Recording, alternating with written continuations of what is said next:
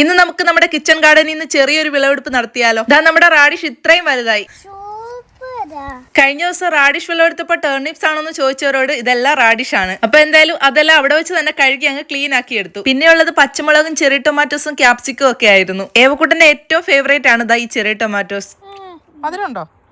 പിന്നെ ദാ വിളവെടുത്തത് ക്യാരറ്റ് ആണ്. ഇതിങ്ങനെ കുഞ്ഞിലെ തന്നെ പിച്ച് കഴിക്കാനാണ് ഏവക്കുട്ടന് ഇഷ്ടം. പിന്നെ ദാ സുക്കിനിയും നമ്മുടെ നാടൻ ചീരയും ഗ്രീൻ പീസും ഒക്കെ വിളവെടുക്കാറായോ എന്ന് എപ്പോഴും ഇങ്ങനെ നോക്കിക്കൊണ്ടേയിരിക്കും. പാകം ആവുന്നതിന് മുമ്പ് തന്നെ ഏവക്കുട്ടൻ പിച്ച് കഴിക്കുന്ന മറ്റൊരു ഐറ്റമാണ് ദാ ഈ ഗ്രീൻ പീസ്. അവള് പറയുന്നത് ഇതൊക്കെ വളർന്നു ഇനി എല്ലാം പിച്ച് കഴിക്കാന്നാണ്.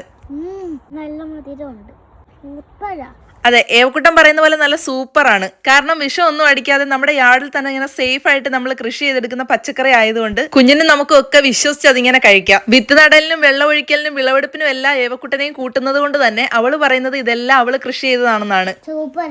എന്തായാലും ഇനിയിപ്പം മഴയും തണുപ്പും ഒക്കെ ആയി ഓട്ട സീസൺ ഉടനെ ആകാൻ പോകുന്നത് കൊണ്ട് തന്നെ നമ്മുടെ പച്ചക്കറികളും ചെടികളും ഒക്കെ ഉടൻ തന്നെ നശിച്ചു പോയല്ലോ എന്നുള്ളൊരു സങ്കടം മാത്രമാണ്. അങ്ങനെ മഴയൊന്ന് തോർന്നപ്പോ അന്നയ്ക്ക് കുറച്ച് സലാഡ്സ് ഒക്കെ കൊടുക്കാനായിട്ട് ദാ അവരുടെ വീട്ടിലേക്ക് പോവാണ്.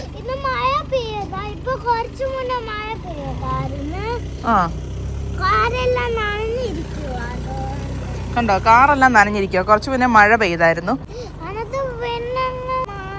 അങ്ങനെ അന്നയ്ക്ക് അതെല്ലാം കൊടുത്തിട്ട് മടങ്ങുമ്പോൾ ചാറ്റമഴയും പെയ്യാൻ തുടങ്ങി. പിന്നെ നല്ല രീതിയിൽ ഇങ്ങനെ മഴവില്ലും കാണാൻ പറ്റുന്നുണ്ടായിരുന്നു.